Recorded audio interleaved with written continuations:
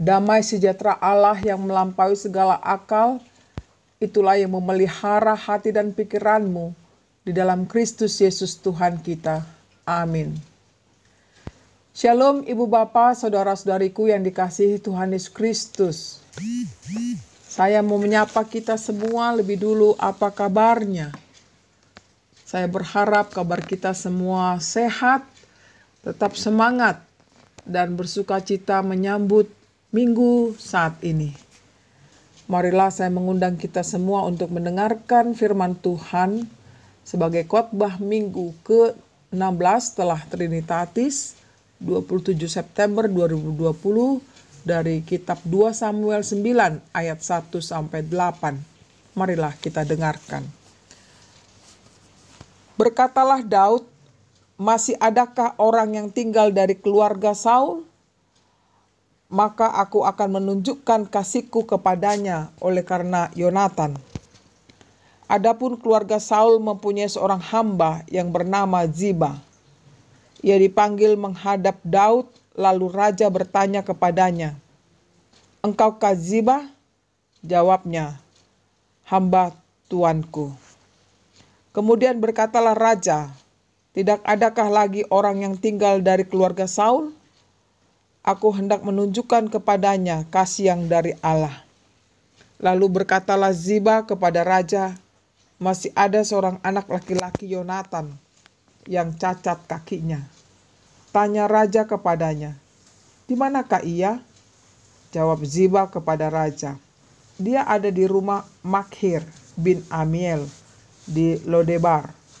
Sesudah itu Raja Daud menyuruh mengambil dia dari rumah Makhir bin Amiel dari Lodebar. Dan Mefiboset bin Yonatan bin Saul masuk menghadap Daud. Ia sujud dan menyembah, kata Daud. "Mefiboset," jawabnya, "Inilah hamba tuanku." Kemudian berkatalah Daud kepadanya, "Janganlah takut, sebab aku pasti akan menunjukkan kasihku kepadamu.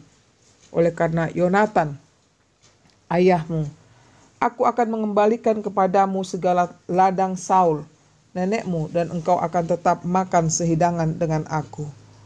Lalu sujudlah Mefiboset dan berkata, "Apakah hambamu ini, sehingga engkau menghiraukan anjing mati seperti aku?"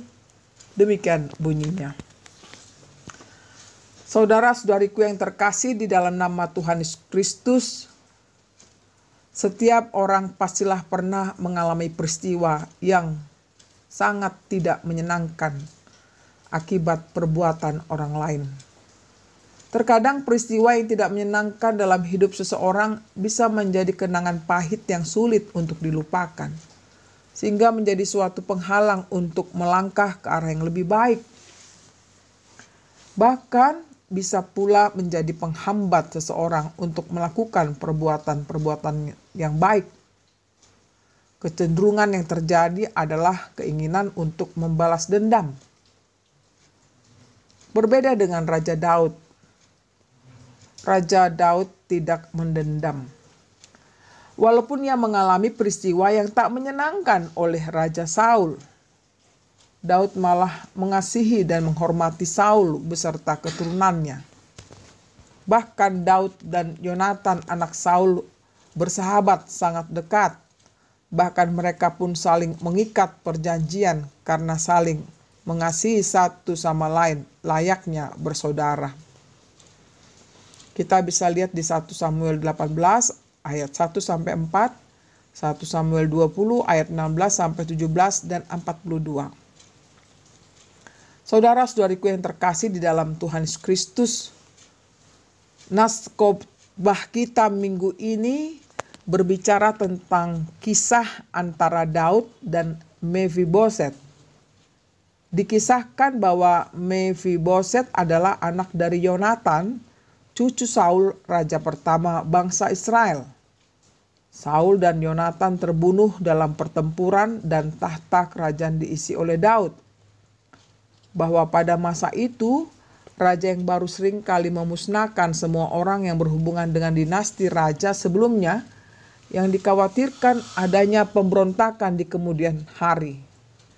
Namun Daud mengingat persahabatannya dengan Yonatan dan janjinya kepada Yonatan untuk tidak memutus kasih setianya kepada keturunannya sampai selama-lamanya. Kita bisa lihat di 1 Samuel 20 ayat 15 sampai 17. Dari bacaan firman Tuhan 2 Samuel 9 ayat 1 sampai 8 ini diceritakan bahwa Raja Daud akan menunjukkan kasihnya kepada keturunan Yonatan, sahabat karibnya, anak dari Raja Saul.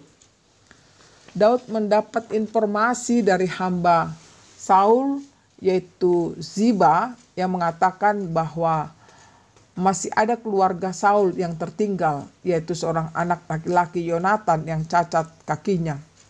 Lebih tepatnya kedua kakinya ditimpang yang bernama Mefiboset.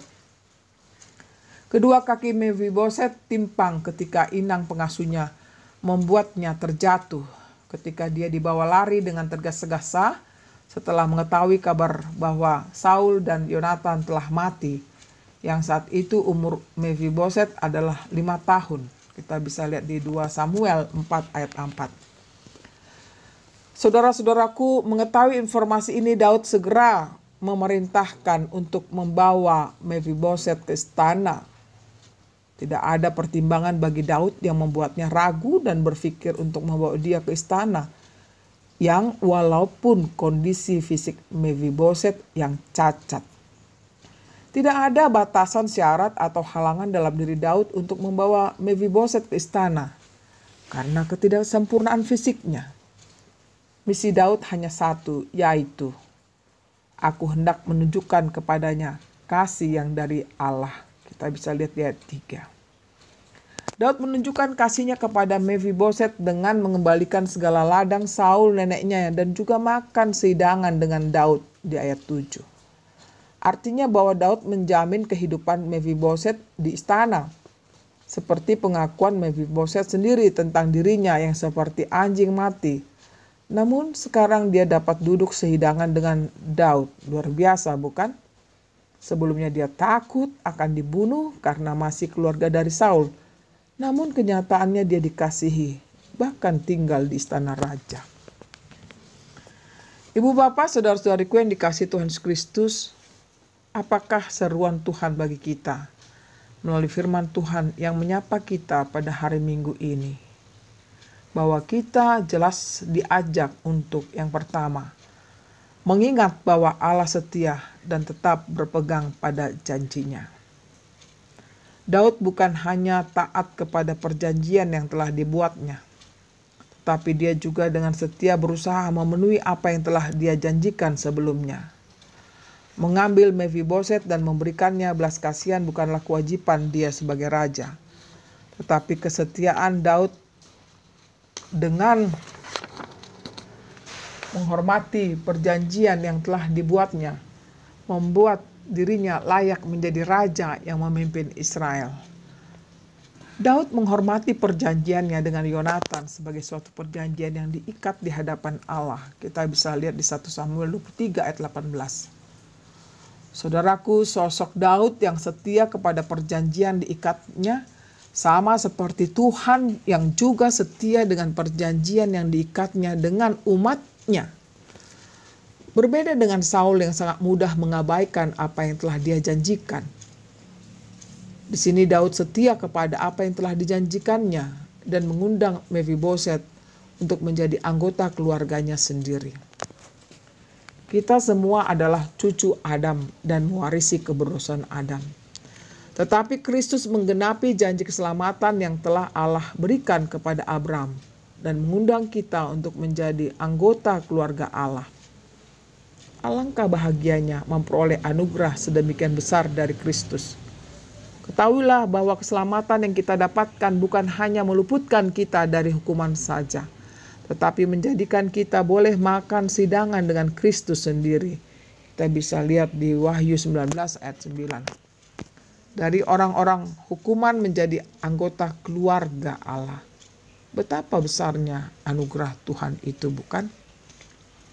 Kedua, hidup saling mengasihi sebagaimana Allah mengasihi kita. Saul telah begitu sedemikian berbuat jahat atau menyakiti hati Daud. Namun apakah sikap Daud sama seperti Saul yang telah berbuat jahat dengan membalas perbuatannya dengan setimpal? Sebenarnya Daud sebagai raja atau penguasa bisa saja berbuat jahat, bahkan menghabisi keturunan Saul. Tapi apa yang terjadi? Daud tidak mau melakukan hal yang demikian. Justru Daud tidak mau Mephiboset terus hidup dalam kepahitan.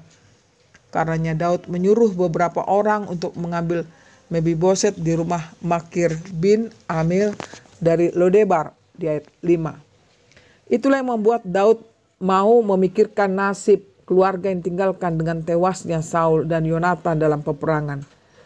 Itulah sebuah kasih yang berbeda dengan kasih yang pada umumnya kita jumpai di dunia.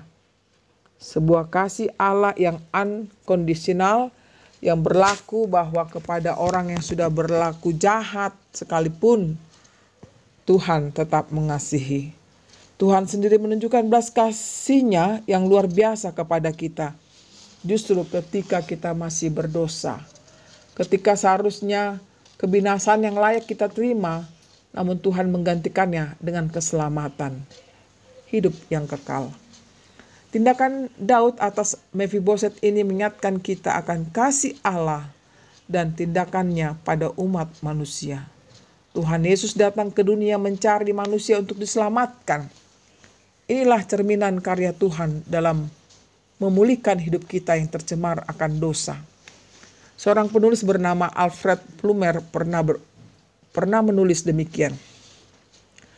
Membalas kebaikan dengan kejahatan itu merupakan sikap iblis. Membalas kebaikan dengan kebaikan itu adalah hal yang manusiawi. Tetapi membalas kejahatan dengan kasih merupakan sebuah sikap moral yang sempurna, seperti sifat ilahi. Jika kita yang penuh dosa saja mau Tuhan ampuni dan kasihi, mengapa kita tidak bisa melakukannya kepada orang-orang yang bersalah kepada kita? Seharusnya kita bisa. Karena firman Tuhan berkata, kita mengasihi karena Allah lebih dahulu mengasihi. 1 Yohanes 4 ayat 19. Terlebih lagi Tuhan Yesus sudah memberi contoh langsung bagaimana seharusnya bentuk kasih itu diaplikasikan dalam kehidupan kita sehari-hari. Kita melihat bagaimana Tuhan Yesus mengalami ketidakadilan, penyiksaan, hingga ia tergantung di atas kayu salib. Namun bukan kutuk yang Tuhan Yesus ucapkan, sebaliknya. Tuhan Yesus memanjatkan doa, meminta pengampunan atas orang-orang yang telah menganiaya dia. Kita bisa lihat Lukas 23 ayat 34. Yang terakhir, menghargai dan peduli kepada kaum yang lemah. Ibu bapak, saudara-saudariku yang dikasihi Tuhan Kristus, sebagaimana topik minggu kita hari ini mengatakan kepedulian terhadap disabilitas, maka kita pun hendaknya menghargai dan peduli akan mereka yang memiliki kelemahan. Mephiboset adalah seorang yang timpang, cacat kakinya. Tetapi meskipun demikian, Raja Daud telah menunjukkan kesetiaannya dengan menerima Mephiboset yang timpang itu sebagaimana adanya.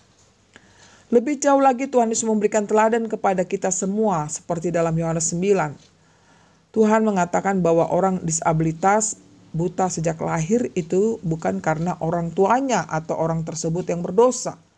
Tetapi bahwa karya Allah harus dinyatakan melalui orang itu. Kita bisa lihat dalam Yohanes 9 ayat 3. Di sini Tuhan Yesus menunjukkan kasih-Nya pada orang-orang yang dianggap hina oleh dunia. Orang-orang difabel baik secara fisik maupun mental atau kejiwaan. Tuhan Yesus menyambut dengan tangan terbuka kepada mereka yang lemah, tak berdaya dan yang berbeban berat. Bahkan firman-Nya dikatakan bahwa aku datang bukan untuk orang benar, melainkan untuk orang berdosa. Kita lihat dalam Matius 9 ayat 13. Oleh karena itu, saudara-saudaraku, marilah kita meneladani sifat Kristus dengan menerima orang lain sebagaimana mereka adanya. Menunjukkan kepedulian dan saling mengasihi. Kasih-Nya akan memberi dan memenuhi hati kita dan memotivasi kita untuk menyatakan kasih-Nya kepada sesama. Karena Tuhan telah menerima dan mengasihi kita, maka kita pun dimampukan untuk menerima dan mengasihi sesama kita. Seperti yang difirmankannya bahwa apa yang telah engkau perbuat bagi saudaraku yang paling hina ini, berarti engkau telah melakukannya bagiku. Kiranya kita dapat melakukannya dalam kehidupan kita sehari-hari, dan Tuhan pastilah menyertai kita mewujudkan kasih-Nya bagi orang-orang yang menderita, bagi orang-orang yang terpinggirkan. Selamat melakukan kasih Tuhan. Amin. Marilah kita berdoa. Tuhan Yesus yang baik, terima kasih untuk firman-Mu yang telah kami dengar pada minggu ini. Kiranya mengajarkan kami untuk memberikan hati kami dengan kasih yang daripada-Mu terpancar kepada sesama kami yang sangat membutuhkan, mereka yang memiliki keterbatasan, mereka yang memiliki kelemahan, mereka yang tidak sempurna, mereka yang memiliki perbedaan kemampuan. Kiranya kami dapat, Tuhan, hidup bergandeng tangan. Sebagaimana